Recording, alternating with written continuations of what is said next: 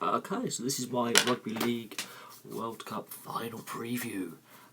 England, Australia, Brisbane Australia on the 2nd December. Basically, the Australian team, the Kangaroos, look invincible. They have steamrolled every team. They've got better as the tournament's progressed.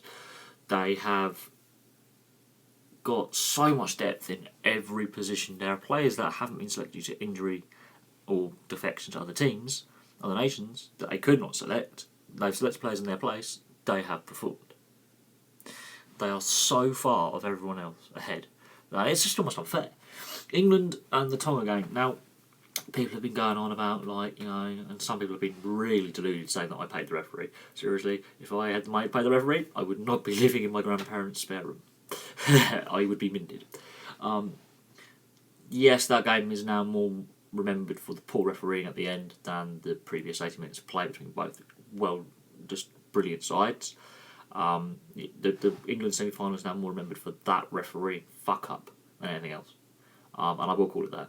And I actually want Tommy to win. So, so that's a bit annoying. So that's kind of, and guess what? The refereeing body has said he's still eligible for the final.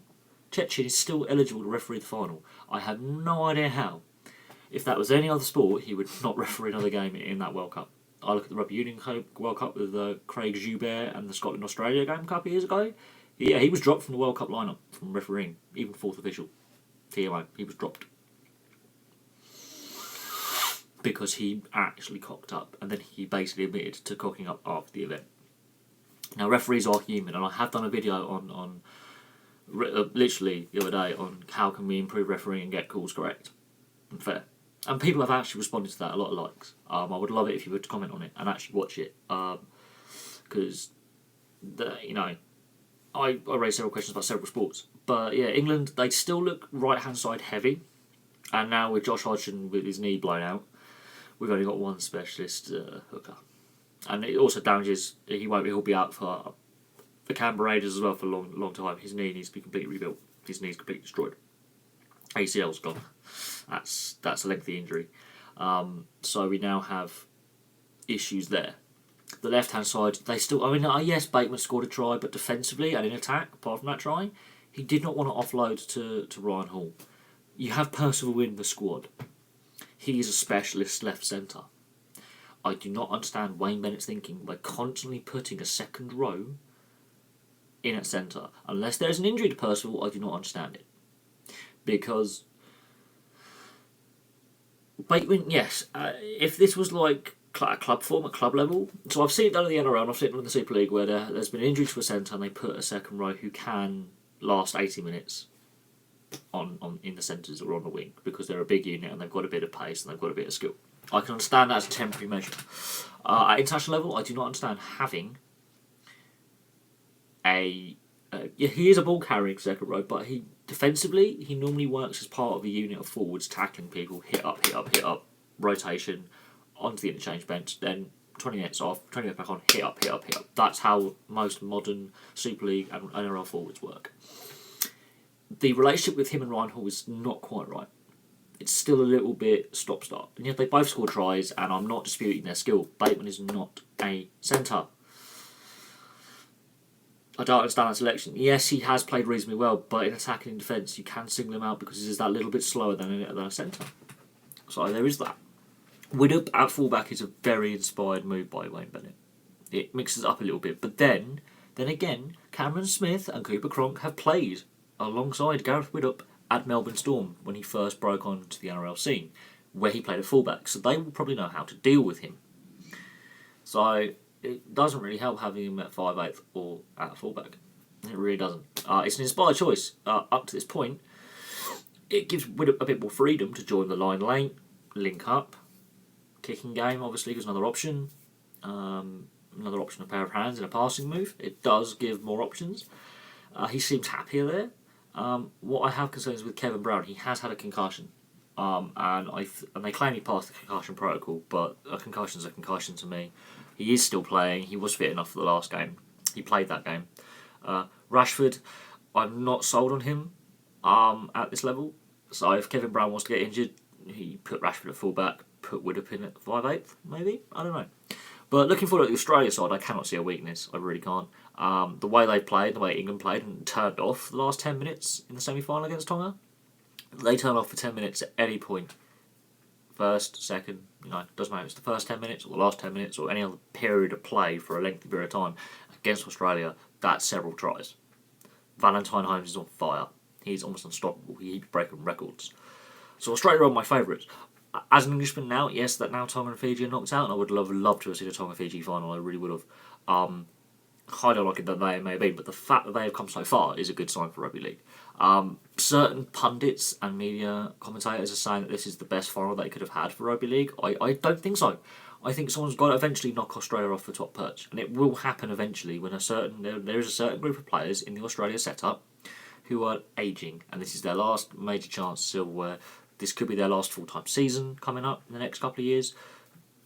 And I'm not sure that some of the younger players are quite at their standard yet. They are developing. They've had a great conveyor belt, but at some point, that conveyor belt has to stutter somewhat. It has to. You cannot keep... I don't know how they keep finding these young lads and putting them into test jumpers. I really don't. But at some point, you have to go, right, are they as good now as they were then?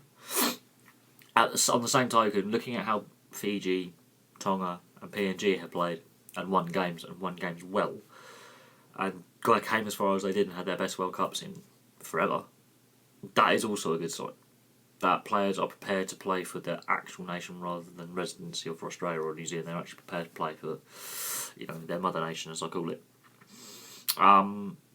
Australia, yes, they are the outstanding favourites. By no means is it certain they'll win, but I'm going 80-20 chance. I'm going to go the scoreline is going to be 20 points to 10. I can see England being a challenge, but at the same time, the way that we struggled in the first game of the tournament against them, Australia already have our number. They know our strengths and weaknesses, and that was our full strength side at the time.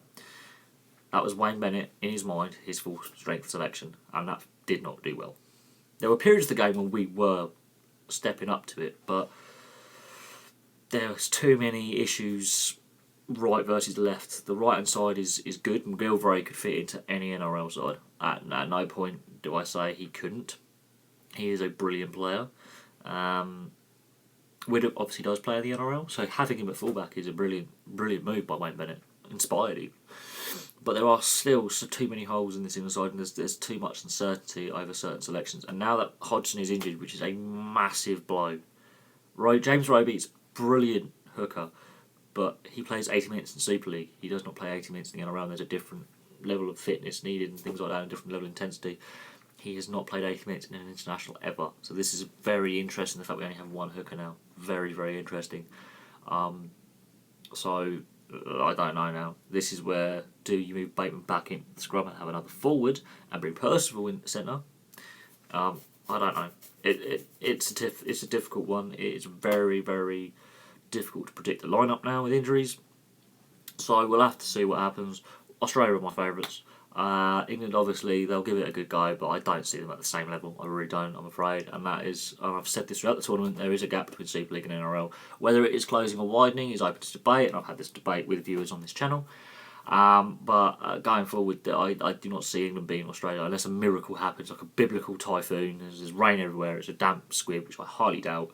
That's possibly, but we're too lackadaisical with ball retention, too many drop balls, too many penalties. So discipline and ball retention are vital. And gaining the metres, we've got to have the players to break that line. And McGilvray, if he gets hurt, we're stuffed. If he doesn't perform on the night, we're in problems. But he scored a try a game. He is on that kind of pace internationally. So we'll have to see. Thank you very much for watching. I know this is slightly longer than some of my previous videos. But there's a lot to talk about. Please like and subscribe, place your comments below, and thank you very much for watching. I'll have some more videos for you soon.